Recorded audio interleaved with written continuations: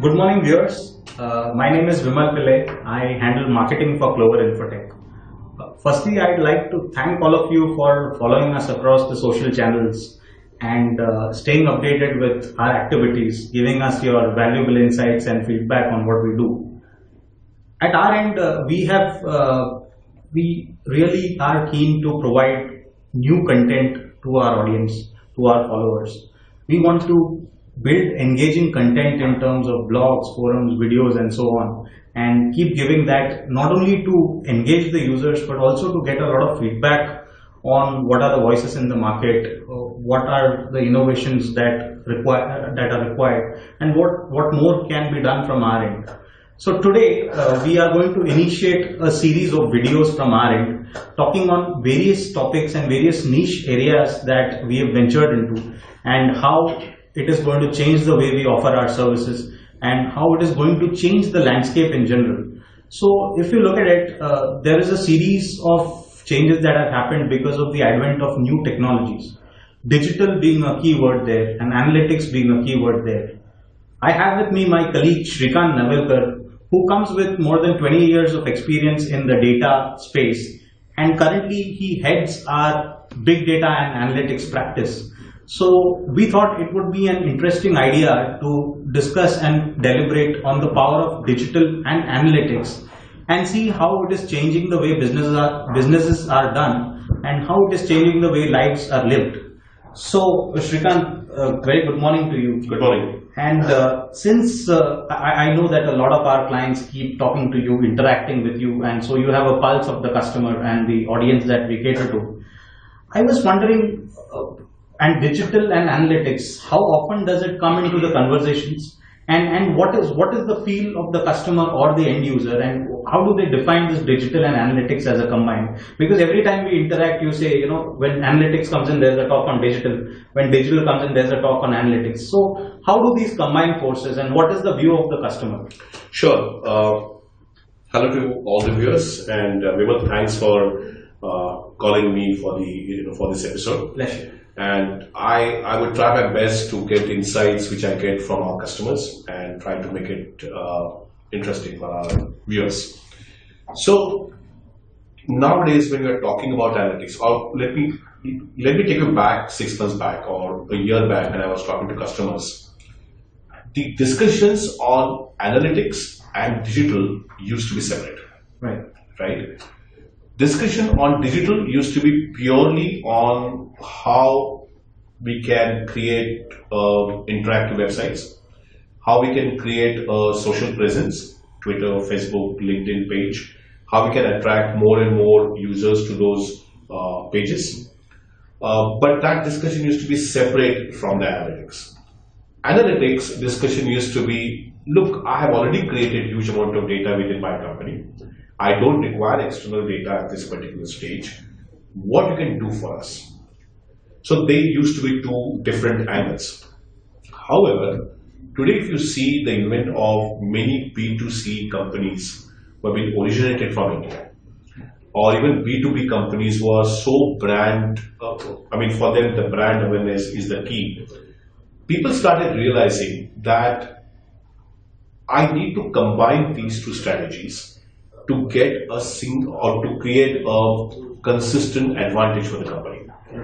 So what people are thinking that, can I go beyond digital? And being a market leader, I actually want to ask a question to you.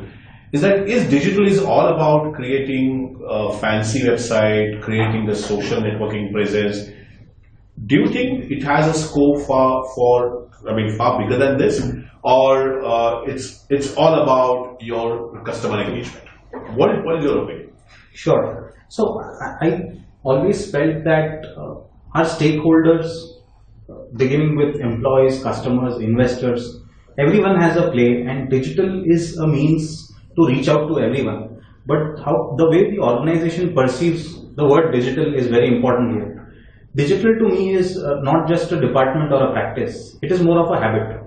So when a person is coming into a company, everything from entering the company, getting inducted, to if a person decides to exit, if everything on that is digital or digitized, so to speak, the entire thing is collected, collated, kept somewhere, and over a period when we have to analyze a lot of these things, the amount of insights that come in from that is humongous. So can an organization follow digital from the very beginning in its own practices, processes and policies? So once that is done, then it should be confident enough to take it to the customer level. Can it engage with the customers? Now, we have to travel just halfway, and that is the advantage of digital and social mediums, because the customer is right there all the time. He's there on Facebook, he's there on LinkedIn, he's there on Twitter, and come what may. So if you can build, like you say, if you can build a good website which talks to the customer is going to give you that 50% which says that, okay, this is what I need, this is what I require. And maybe a few queries if you can address, you've already converted a prospect into a customer. So that is the advantage of digital today. And this customer can be anywhere in the world. If you can serve him anywhere in the world, this website can help you convert a customer anywhere in the world, and it works for you 24/7, which is not humanly possible. So that is the strength of digital from a website point of view. Second is rendering from a mobility point of view.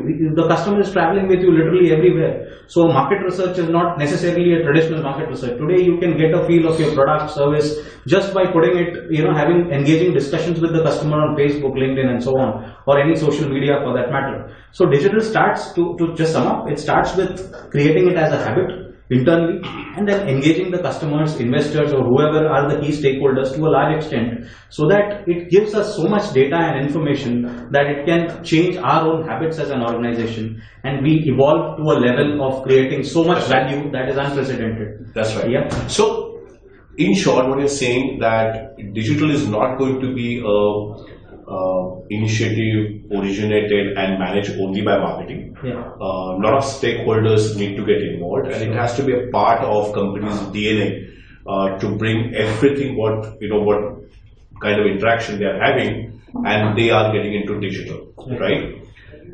The challenge people are going to face is that even if they are convinced about digital, the challenge what they have, that amount of data the digital strategy is going to generate. And whenever I talk to people from the information technology, who are managing the infrastructure at customer side, they feel that, do I really require that much amount of data? Anyway, my applications are generating right amount of data. It is generating reports, and my management is pretty happy with the kind of reports I'm giving. So what exactly digital is going to provide to me? So they have that challenge, and then they try to address that challenge by not doing anything on this. Right. The worst part is that you will suddenly find on one fine day your competitor has taken a leap forward, Right. and he has gone ahead, Right. and he has actually done something which has taken a lead in that particular field. Right. And then your management comes back to you and say that why we are behind, Right. why we are not doing this. Yes. So I strongly believe that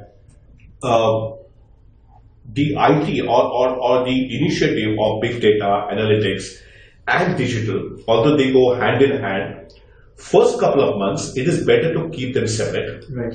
Let your digital guys develop digital strategy and generate as much amount of data as they want. Sure. Because anyway, in analytics, larger the data you use, better your analytics will be. Agree. Those 3 months, when the digital guys are creating that data, you as an IT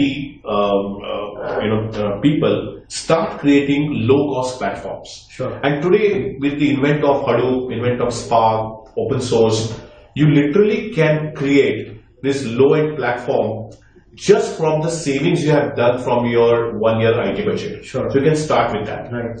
Once the platform is created, you bring the digital data into that particular platform and just create a data visualization layer on top of that data, Right. and start giving the insights to people. Sure. So marketing will look from a particular angle, sales will look from a particular angle, your product development can look from a particular angle. Now this will never happen in a traditional application data and the reports which are coming from that application. Sure. So you're getting a lot of data about your customer, about your employees, about your interaction.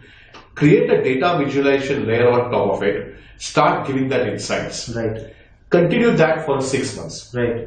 And then once people start getting into this, they are buying into this, Then you start building some predictive models. Right. So you can actually start doing the predictive analysis, which may be related to your customer care, which may be related to your sales, which may be related to your collections. Right. A lot of things can be built into this. Correct. So it is better not to restrict the digital guys Right. by saying that, look, I don't have a platform Right. to capture the data. Let them create that data. Let them start building that. In that time, you create a platform and start building into it. So I think that, it has a huge scope to combine this. And one division should not restrict another division on what can be achieved from this particular one. Sure. So you are saying let's keep it distinct for the time being till it evolves into things, and then slowly combine the efforts. And probably you are saying that's what the customers also. And also not to start with analytics to begin with. Right. To begin with, start capturing the data. That data may be messier. I mean, that's the whole concept of big data. Correct. The data can be messier. Right. Let that data can be messier. Right. But create a data visualization layer on top of it, Right. so that people can see the insight.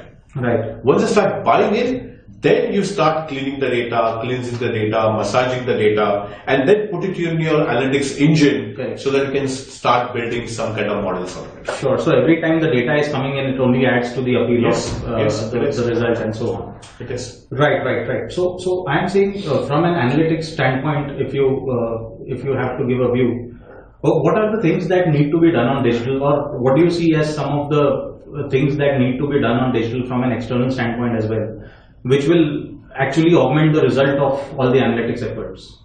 So in my opinion, the first thing you need to do is creating a group of people from the various business units what you have. This group need to be led by marketing because they understand digital strategy and customer interaction well. But once this group is created, then you start creating the layers of the digital strategy. Right. Start putting that and applying into that. And one of the challenge marketing is going to face is that how consistent it would be. It should not happen that you created a Facebook page and after 10 days they're not in a post on that Facebook page, and then the entire initiative goes down. Right. So it has to be consistent. Right. Start capturing that data. Let that data start coming into your IT infrastructure as a separate environment. Right. Maybe you can use Hadoop, low cost, Hadoop infrastructure, and start building the data visualization layer. So I think first 6 months, forget about analytics, build Hadoop infrastructure, build a low cost, even open source data visualization layer on top of it. Right. You will see wonderful results out of it. Sure. No, I agree with the point where you say that, people just jump and create social presence.